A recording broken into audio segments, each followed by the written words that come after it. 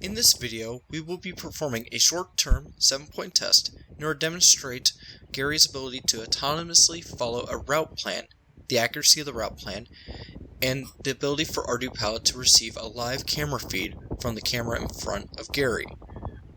Over the course of the video, you'll be noticing Preston placing down flags to indicate roughly where Gary turned to start moving to the next point.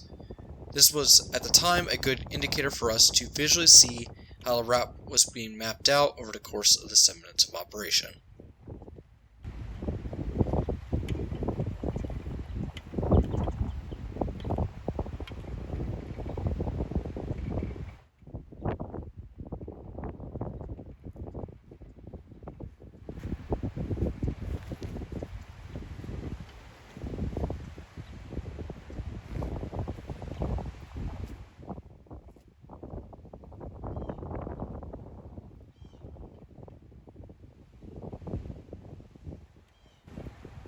As you can see on the map, the route that's being performed is a zigzag pattern. The reason we're going with a zigzag pattern instead of a continuous loop or lawn mowing is due to how close we can get the waypoints to each other without causing ArduPalette to think it has hit 2 different points. In the case of continuous looping, another issue that could arise is constant turning along one side could result in more stress that can't be compensated until you run a second test. And for lawn mowing in particular, this GPS issue or the ArduPalette issue is pretty prevalent just because we'd have to go in half meter, 1 meter increments, and that's just too close for waypoints to be to each other. But as a result, each passing will have to be conducted in a couple meters apart. However, if we run it back and forth multiple times due to derivations in the GPS, it will roughly approximately come back out to 1 meter per passing.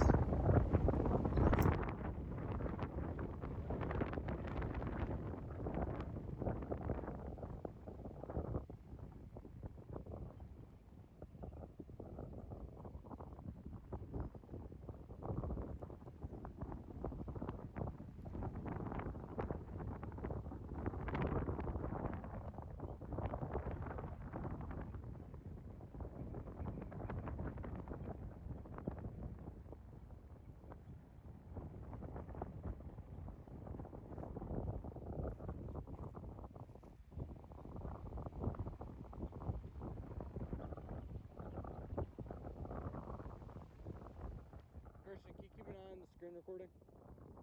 Making sure it's still running. Okay. Yeah, because I know after a certain limit it turns off. It stops. Weird. It stopped for me, whenever I use it sometimes.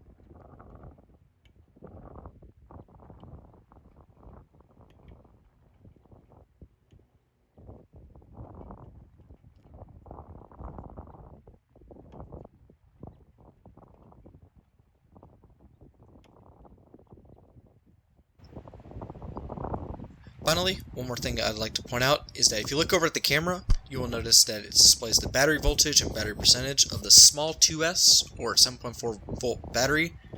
This is a good indicator, as this is the battery that's powering the PegSock and Raspberry Pi, so you want to know if it's close to dying. There are other features not shown on the camera itself, but you can display the 12 volt battery so you know how close you are to needing to replace it. Additionally, you can visually see the compass heading and the rough approximation of the rover speed, so you have a good bearing as to where the rover is going if you're a fair distance away.